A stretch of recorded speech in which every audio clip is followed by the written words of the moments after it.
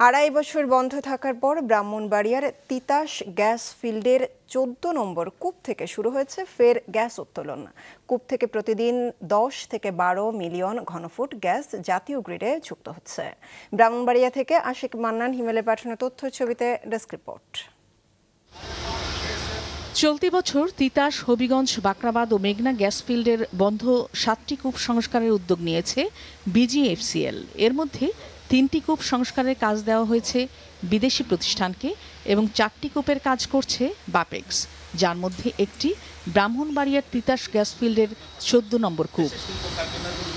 গেল 19 মার্চ জেলার কূপটি সংস্কার কাজ শুরু করে বাপেক্স এবং 2 মাসেরও বেশি সময় চেষ্টা চালিয়ে উৎপাদনক্ষম করা হয় কূপটি। এরপর গেল শনিবার বিকালে ওই কূপ থেকে গ্যাস উত্তোলন শুরু হয়। উদ্বোধন করেন জ্বালানি ও খনিজ সম্পদ বিভাগের সচিব মোহাম্মদ নুরুল আলম। যেহেতু বর্তমানে জ্বালানি ক্রাইসিস, বিশেষ করে গ্যাস, তো সেই ক্ষেত্রে জ্বালানি যে ক্রাইসিসের মধ্যে এই 10 মিলিয়ন গ্যাস আশা করি দেশের অনেক চাহিদাই পড়ে। আগে তো পানি তো ঘরে বন্ধ করছিল, এখন কাজ ব্যবহার করার কাজ শেষ করে এখন মোটামুটি কাজ শেষ। এখন জাতীয় গ্রেডে গ্যাস প্রোডাকশন দেওয়ার মতন উপযোগী হচ্ছে। মিনিমাম 3 মাস কাজ করার পর আজ আমরা সাকসেস।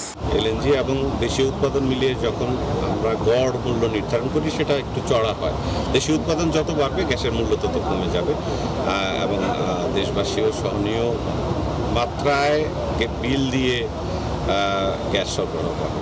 ওয়ালটন এসিতে ইনস্টলেশন একদম ফ্রি। এরই মধ্যে প্রতিদিন ওই কূপ থেকে 10 থেকে 12 মিলিয়ন ঘনফুট গ্যাস জাতীয় গ্রিডে যুক্ত হচ্ছে এবং আগামী 10 বছরে সেখান থেকে 40 বিলিয়ন ঘনফুট গ্যাস উৎপাদন সম্ভব বলে মনে করছেন সংশ্লিষ্ট কর্তৃপক্ষ, যার মূল্য 2590 কোটি টাকা। আশা করতেছি এই রেটে আমরা প্রায় 10 বছর পর্যন্ত এই কূপ থেকে গ্যাস উৎপাদন করতে পারবো।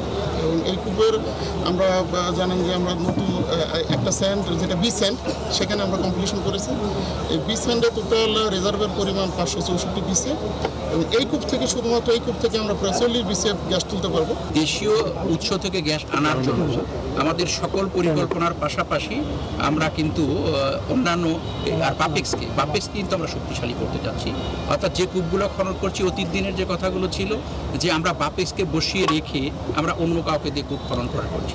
আজকে যখন আপনাদের সঙ্গে কথা বলছি তখন কিন্তু বাপেক্সের 4টা রিগ 4টা পয়েন্টে কাজ করছে। 2000 সালে ব্রাহ্মণবাড়িয়ার সরাইল বিশ্ব রোড মোড়ে তিতাস গ্যাস ফিল্ডের 14 নম্বর কূপ খনন করা হয়। প্রতিদিন যার উৎপাদন ক্ষমতা ছিল 29.5 মিলিয়ন ঘনফুট।